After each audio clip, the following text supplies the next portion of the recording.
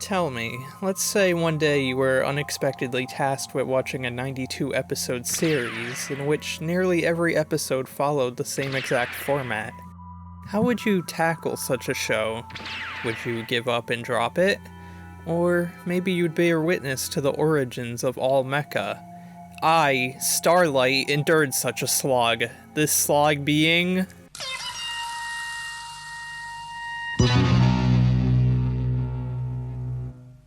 So yeah, we're back with the new generation of Starlight content, where instead of having to worry about Molbeat, we have to worry about Toei. God help me. 1972's Mazinger Z is probably the perfect way to usher in this new era, as it is the world's first true mecha anime. But gee, Starlight, didn't Tetsujin 28 beat it by almost a decade? Alright, fine. Tetsujin 28 is technically the first anime about giant robots, but Mazinger Z is what turned it from a novel one-off idea into a full-blown genre. Future mecha didn't follow the format established by Tetsujin, it followed the format established by Mazinger. Piloting a giant robot from within was an idea series creator Go Nagai conjured up in the midst of traffic. Being the Astro Boy and Tetsujin fan that he was just like, wouldn't it be cool if I could just walk over all this in a giant robot? Then boom, next manga's written, Toei gives him an anime too. Go Nagai is pretty much the king of coming up with game-changing ideas in the stupidest of ways. His whole drive to succeed as a manga author originates from the time he had a really bad case of diarrhea. He was literally shitting his brains out so hard that he thought he was going to die and was just like, before I go, I need to make my mark on the world. And he really did. Devilman, Mazinger, Cutie Honey, Violence Jack, Harenchen Gakuen. All works that inspired mecha, shonen, seinen, magical girl shows, and ecchi alike. The anime industry as we know it, shaped by one man who had the shits. Mazinger would see some slight changes before publication, like changing the piloting device from a motorcycle to a flying machine called the Pilder. This was due to the fact Kamen Rider had begun airing around that time, and the guy didn't want to be seen as a copycat. The show was also going to be called Energer Z, but got renamed to Mazinger Z, since in Japanese, Ma could mean devil or demon, and Jin, which got localized to Zin, can mean god, tying into the series' main theme that the Mazinger can become a god or a devil. Saying Mazinger Z was successful would be an understatement. I mean, you don't just create a whole genre by not being a cultural phenomenon. Alongside the show and manga, which ran concurrently, it ended up spurring a barrage of sequels, spin-offs, and even knockoffs. We will talk about you someday, Robot Taekwon V. But yeah, given this show's legacy, it just has to be a masterpiece. Surely the first of a genre is bound to be the best. No, it fucking is it. You know where this joke is going. I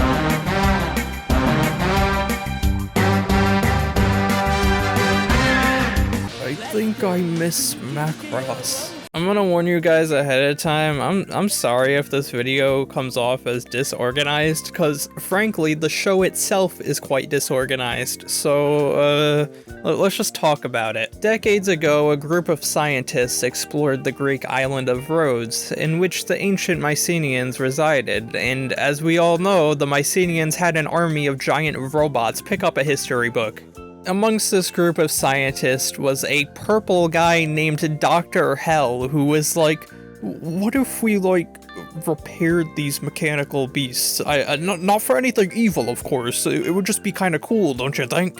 Well, that totally isn't suspicious world domination. These brilliant scientists with PhDs in the intellect to repair ancient machinery, yeah dude, they just couldn't have expected Dr. Hell to be a bad guy. Dr. Kabuto would be the only survivor of this incident, devoting his life to thwarting Dr. Hell's plans with the help of an almighty energy source known as photon power. The wielder of this power would be his own robot, the Mazinger Z. And I gotta say, the Mazinger's got a pretty awesome design. It's simple but effective. Now, if only these modern renditions didn't try adding needless panel lining, what are we in the fucking MCU? The first episode has Dr. Hell send his right-hand man/woman, Baron Ashura, to capture the Mazinger.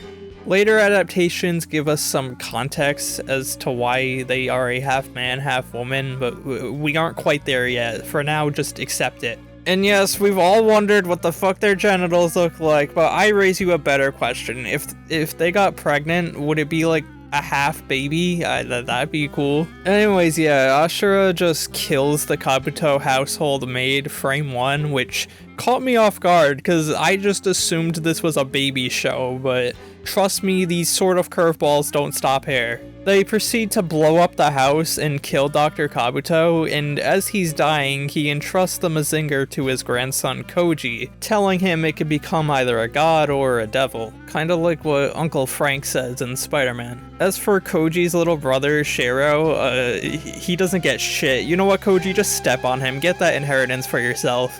Much to my surprise, Koji actually sucks at piloting the Mazinger at first, and this lasts for like several episodes. I don't know why, I just assumed he'd automatically master it because of how simple this show is, but no, he can barely even walk at first. To help him get the hang of things is one of his grandfather's co-workers, Professor Yumi, and his daughter, Sayaka, who already has experience in piloting her own robot, Aphrodite A. That's right, folks, the first mecha pilot from a chronological standpoint, the original mentor of Koji Kabuto, was a woman. I sure hope she's treated with respect for episodes to come. A couple episodes in, we also meet our final main character and the world's greatest character, Boss. What is his real name? Not even the author knows. Oh yeah, he's also accompanied by two goons, Nuke and Mucha, who do literally nothing beyond bickering with him. They are barely even characters. The early episodes are actually pretty interesting. They take their time setting up the formula, but by episode 10 or so, when the formula is already established, the show kinda sticks with it for the rest of its run. There's some slice-of-life hijinks with the main trio, Ashura sends out a monster, Mazinger kicks its ass. Outside of some occasional multi-parters and tiny status quo changes, the show is as simple of a mecha anime as you can get, but you can't really fault it for that given it is quite literally the first of its kind. It doesn't try to deliver some deep, overarching narrative, it's merely an episodic adventure that focuses on the action and character interaction. And in that department, I'd say it succeeds most of the time. Okay, maybe more like half of the time. This is a very messy show. Let's start with the action, which is probably the most consistent aspect, and is probably the reason why it was such a hit amongst younger viewers. It might not seem all that crazy by today's standards, but trust me, giant robot action of this caliber did not exist up until this point. Tetsujin just sorta picked up and threw things, maybe a punch here and there. But Mazinger starts off with an entourage of weapons, the Photon Beam, Missile Punch, Rust Hurricane, Breast Fire, and most iconically, the Rocket Punch. And as the series progresses, the enemies grow stronger, and so does the Mazinger. It gets a big set of wings known as the Jet Scrander, which introduces aerial combat, and it gets an enhanced version of Rocket Punch, Iron Cutter, Drill Missile, and Ice Beam, the latter of which being weird Toei exclusives Koji kinda pulled out of his ass, but hey, they were cool. Part of what makes mecha action so appealing is not only the heightened scale of these two metal titans duking it out, but they're able to tear each other apart in a way that's still family friendly. Like, whenever Koji's Rocket Punch is destroyed, I'm fucking sweating. What's he gonna do without that? Aphrodite sure as hell ain't gonna help. She solely exists to get mangled until Koji arrives to save the day. Throughout this 92 episode series, she only scores like 2 kills because literally the only weapon she has are these boob missiles.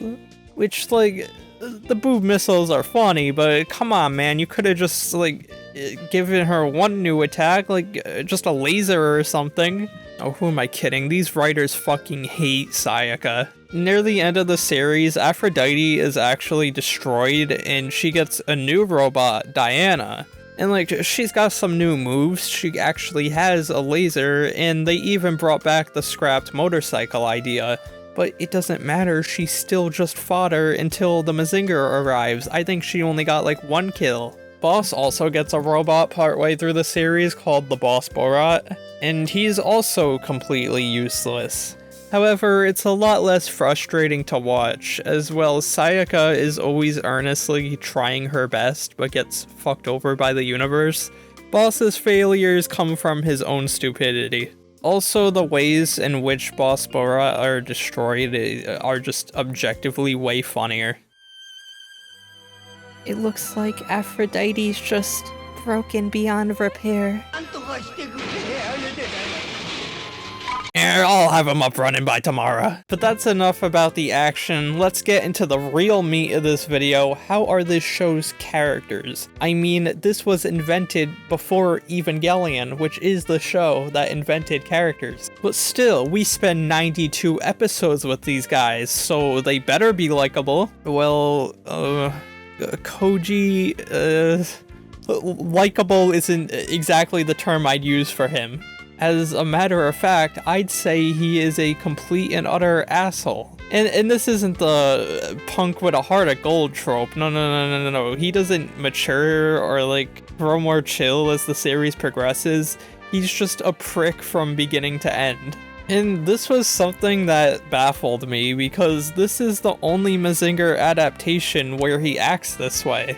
If you go and read the manga or any future Mazinger adaptation, you'll see Koji, despite being a bit of a hothead, is still a nice guy fighting to protect those he cares for.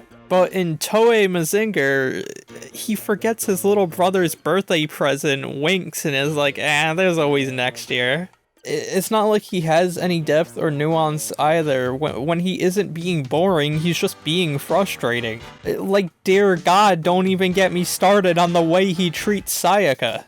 I get it, this show's from 1972. I'm not expecting any feminist literature here, but good lord, Koji Kabuto is the king of misogyny. In fact, this entire show is just insanely misogynistic. They don't even try to hide it. Except for Boss, for some reason, who outwardly declared himself a feminist at one point.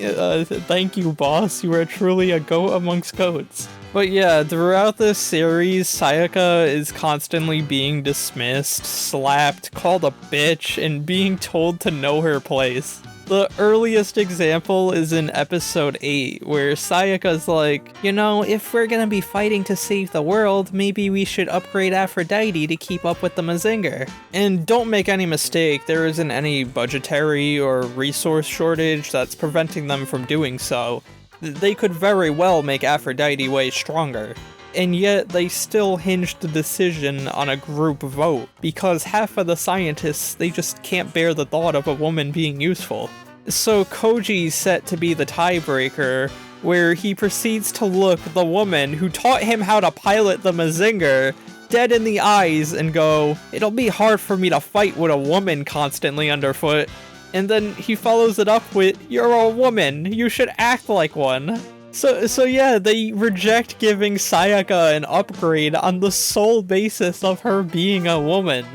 Anytime there's an episode where Koji's like, golly gee, I'm not sure how I could beat this one, I think back to that instance where he rejected having essentially double the firepower for no fucking reason. Thankfully, however, as the series progresses, Sayaka actually begins clapping back.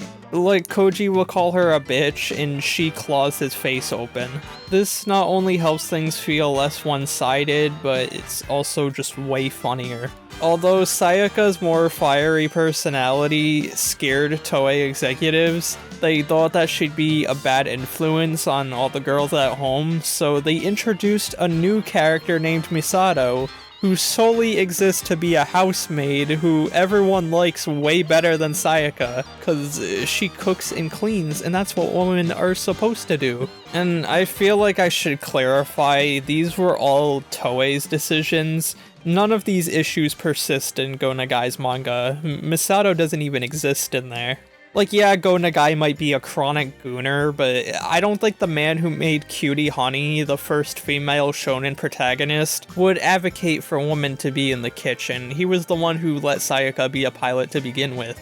Most of this show's misogyny, it's all due to that damn mouse. Also, did I mention Misato was Boss's grandfather's grandmother's uncle's cousin? Shouldn't she be like hundreds of years old? Boss is a fucking anomaly.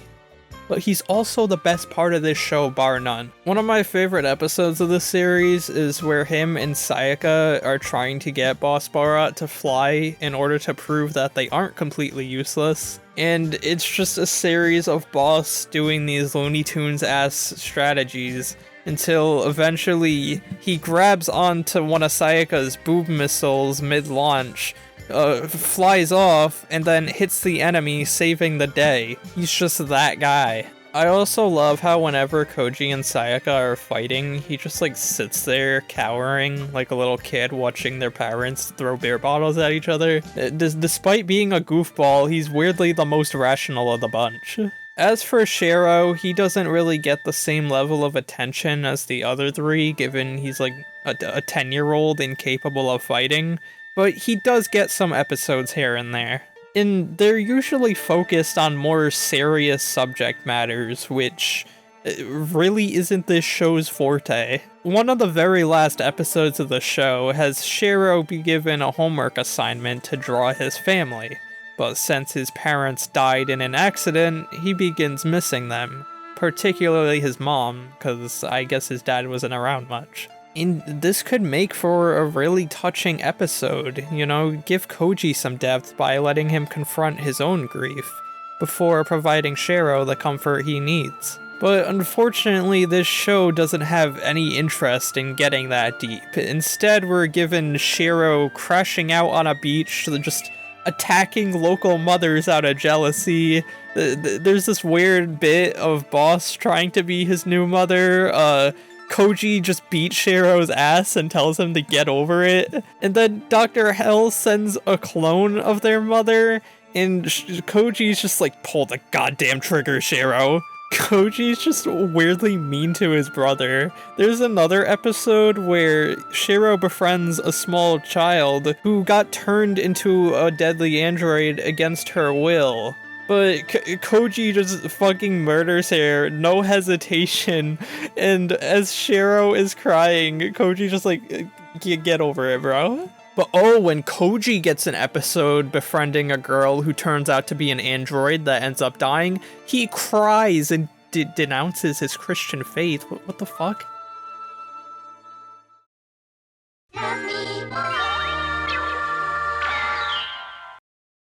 Hello, Starlighters, I'm Starlight. And I'm Edelrat. And welcome to our new retrospective video segment, Random Facts and Trivia we couldn't quite fit into the main video. Did you know? Japan wasn't the only place Mazinger made waves in. That's right, Mazinger actually found success in other countries, like Italy, France, and Spain. Yep, Spain actually loved Mazinger Z so much, they built a 40-foot tall statue in its honor. Couldn't be America. That's true. Over where we live, Mazinger Z got a localization known as Transer Z, where our hero, Tommy Davis, fought the nefarious Dr. Demon for 65 episodes. I guess Tommy wasn't cool enough to make the full 92. Maybe because his name was Tommy Davis. Well, there was a more faithful dub produced in Hawaii, but that never went past 27 episodes. Wait, so you're saying Tommy was the more profitable option? Oh, shit, oh god, oh fuck, oh, do you need ice or something? Oh, it was just a little plastic horn, I did it, segment over, fuck you! If you want any semblance of depth in this show, you'd probably have to turn to the villain side of things. Baron Ashura is probably the most fleshed out character here. They start off as basic as you could get, you know, I'm gonna get the Mazinger.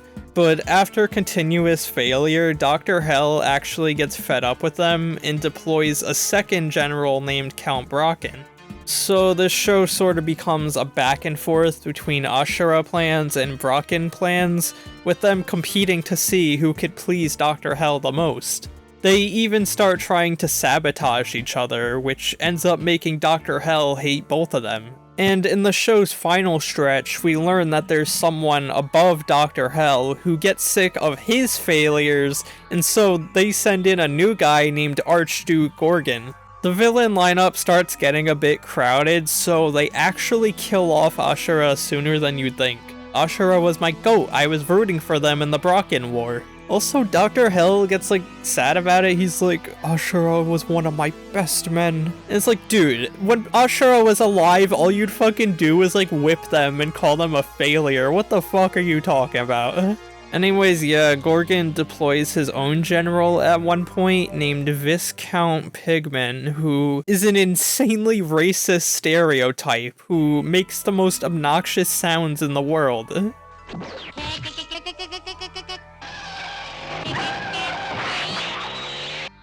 I genuinely just fucking hate this guy. He literally added nothing to the show. He died after 4 episodes, and all I'll say about him is God bless the Shin Mazinger redesign. So yeah, while the character writing might not be super deep, and in fact Koji drives me up the wall half the time, I'll give them credit. The interactions never had me bored, which is a pretty massive feat for an episodic series with such a long runtime. The shit the characters would say would never grow predictable. I mentioned those bizarre-ass curveballs earlier, and yeah, the episode would be normal for 90% of its runtime, and then a character just they say something so insanely out of pocket that I just begin to question what the fuck was happening in 1972. In fact, this show caught me off guard so many times that I want to give you a list of 10 random-ass moments that made me audibly say, what the fuck am I watching? Number 10, Sayaka's little cousin visits and they learn she's faking disabilities for her attention. I love posting this clip out of context. Number 9, a dog steals the Kabuto house's chickens and then later gets crushed by a tree. Shiro looks the owner in the eyes and goes, serves her right. Number 8, boss gets crucified. Number 7, Sayaka makes Koji some food he doesn't like, so he proceeds to slam the plate against her face and pour it down her shirt. Number 6, a baby's left at their doorstep because his mom was going to kill herself. And we get Boss and Koji delivering us an anti-suicide PSA. Well, there goes my weekend plan. Thank you, Boss. Number 5, Boss warns of a big disaster, and nobody fucking listens to him, because of course they don't. They do this every episode. Boss is always right, but they never believe him. I'm telling you, Kabuto, that bearded dude at the airport was saying some crazy stuff. I'll go disable Seth MacFarlane's alarm, you handle the rest. Number 4, Koji finds out that his grandfather designed a girlfriend for Mazinger Z called Minerva X. And why? Why did the Mazinger need hoes? Whatever, she gets taken over by Dr. Hell and has to be put down like Jimmy Butler. Better luck next time. If you know, you know. Number 3, the Mazinger skiing. This is just badass. Number 2, there's a mechanical beast called Satan Claus, who's an evil Santa Claus. Number 1, Koji says he's going to kill himself, and Sayaka is just like, go ahead, you want me to help? Number 0, because that's how crazy this show gets. Baron Ashura is spying on Koji and Sayaka. They have a crazy fight, and Koji's like, you're just as ugly as Baron Ashura, and this angers Ashura so much, they attack the local healthcare center for disabled children. And you know what? That episode was probably my favorite one. Boss saying he'd risk dying if it meant protecting one disabled kid, that went way harder than it had any right to. He is truly the GOAT. So now that you've gotten the gist of the show, you're probably wondering how the story ends. I mean, I didn't endure 92 episodes for a complete non-ending, right? Surely the ending was great. Well, the last stretch of the series brings some continuity back into the picture, with Dr. Hell being like, hey, wait a second, why send a monster of the week when I could just keep sending them back to back? And he does just that, with the show becoming more action-oriented than ever, with the characters getting essentially no downtime, which That is both tiring for the characters and me as a viewer, because I really miss the slice of life segments. Those were the best parts. Although I do like how it reaches a point where Koji can't even go on an afternoon fishing trip without 12 guys jumping him. It does up the stakes, and we're even given a character death. Who died exactly? Classic character Professor Mori Mori, of course. What? You don't remember Mori Mori? But he's been here, doing stuff. The show tries saying he was like Koji's childhood father figure that looked after him and Sayaka, but that is just a complete fucking lie. I went back to episode 1 to double check and everything. Koji and Sayaka didn't even meet until the events of this show. They were not hanging out with Mori Mori as children. Who the fuck does Toei take me for? Kids in 1972 might have not remembered 80-something episodes back, but I'm watching this on VLC. I'm onto your bullshit. It's just another case of this show failing to deliver with its sentimental moments. Like, they had to make up a fake backstory to make us care about this guy. I think the only moments that really delivered emotionally were Minerva X, Koji befriending the android girl who died, and Aphrodite's destruction was weirdly sad for what it was. I'm sorry to all the Mori Mori fans out there, it just didn't hit. Anyways, yeah, after an endless barrage of enemies, Koji defeats Dr. Hell in a rather unceremonious way. You'd think it'd be some big two-parter, but no, it feels no different from a normal Monster of the Week episode. In fact, it doesn't even happen in the last episode. Fucking Archduke Gorgon is the one who outlasts Dr. Hell, and he reports his death to the highest of powers, the Great General of Darkness. And so the final episode has the Great General of Darkness sending out 2 mechanical beasts that are stronger than anything Dr. Hell's ever built. A Cuddy guy and an Acid guy. Mazinger gets fucking destroyed, Diana and Boss Borat get fucking destroyed, and I'm just sitting here like, well golly, if only there was a greater Mazinger to get the job done. Well, would you look at that? That's right, after 92 episodes alongside Koji and the Mazinger Z, they blue ball us at the last minute by making the last episode a glorified promo for their sequel series, Great Mazinger, which features a cool new adult protagonist in the greatest Mazinger of all, built by Koji's dad who was secretly alive all along. Mazinger Z, the iconic smash hit beloved by all, creator of genres, it ended with Mazinger being destroyed, Koji and Sayaka being shipped abroad to study, all for the sake of gassing up a guy we met like 5 minutes ago. Don't get me wrong, I have nothing against Tetsuya, I think he's pretty cool, but like, come on man, you couldn't have given Mazinger Z one last stand. Why was even Aphrodite's send-off handled with more weight? But fine, we have another shot with the movie Mazinger Z versus the Great General of Darkness. I'm already gonna tell you, he does not fight the Great General of Darkness in this movie, he just fights his goons.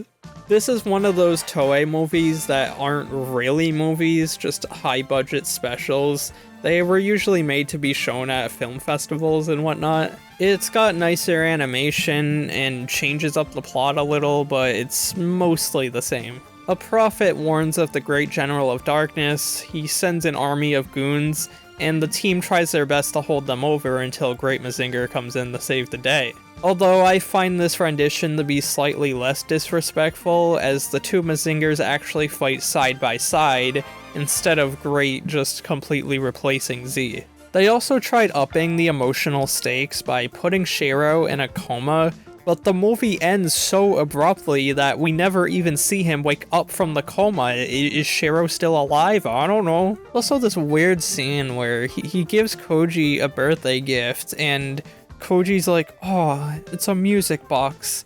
It's framed like some sentimental moment, but that music box has no emotional significance to him. He could have given him a skateboard and it would have been just as impactful, although given how Koji gave him jack shit for his birthday, I don't think he deserves a skateboard. But yeah, I think they should have done something like Wow, this is the music box from our mother. But fine, whatever, this show's allergic to giving Koji and Shiro a meaningful bond, and I will never understand why. Just like how I'll never understand how I really feel about this show. We've reached the conclusion segment, you know, the part where I give my final stance, but for Mazinger Z, it's kinda hard to give one definitive stance. As I said before, this show feels all over the place, and as a result, so are my feelings towards it. Its biggest strength is probably the slice of life elements, but a lot of the episodes didn't really have a lot of those. They'd be more action oriented, and some fight scenes would be cool, but most of them are kind of forgettable. Revolutionary for their time, sure, but nowadays, I'm just like, I just want it to end. Sometimes I want to rocket punch Koji through the screen, next minute I'm laughing at boss antics, and most of it I'm just sitting there waiting for something to happen. It was kind of a roller coaster of emotions, and it's this level of inconsistency that makes it hard to recommend the entire 92 episode romp unless you're some historian. It's not atrocious or anything, just a bit bland, I guess. Which, yeah, Mazinger Z was the first of its kind, and the first of anything will rarely be the best. It created a foundation for other mecha to build off of. Pretty much everything this show does has probably been done better elsewhere by now. And that's not a bad thing, it shows how much the genre has grown over time. Getter, Combattler, Gundam, Macross, Eva, Gurren Lagann, despite these being wildly different shows, their influence can all be traced back here to Mazinger Z. It might not be the most consistently great mecha anime, it's not even the greatest Mazinger, but it might just be the most important one. If you're interested in experiencing the Mazinger franchise without having to deal with this show's low points, you could just cherry pick the good episodes, since most of them are standalone anyways, or just simply read the manga. It showcases Go Nagai's vision for the series in its purest form. Koji isn't some nefarious creature who hates everyone around him. Or if you want a Mazinger story with a bit more substance, then check out the 2009 reimagining, Mazinger Edition Z: The Impact. I won't dive deep into it now, as I think it'd be best to save that for its own video, but just know it tells a much more ambitious story that still stays true to the spirit of the series. You know, rocket punching and screaming. It's also not 92 episodes, which, don't get me wrong, I don't think a show being long is a bad thing, but Toei Mazinger definitely didn't do a lot to justify its length. So yeah, that was Toei Mazinger Z. Not a terrible show, but it's kind of the most basic mecha experience you can get, and that's okay, because without it, we wouldn't have Neki Basara. That's right, I still had to find a way to make it about him. I don't know how to end videos, so I'm just gonna end it like they ended every episode. Seriously, why did they end every fucking episode laughing? They got radiation poisoning once and we're like, oh, we gotta be quarantined for possible fatal illness, haha. That's not fucking funny.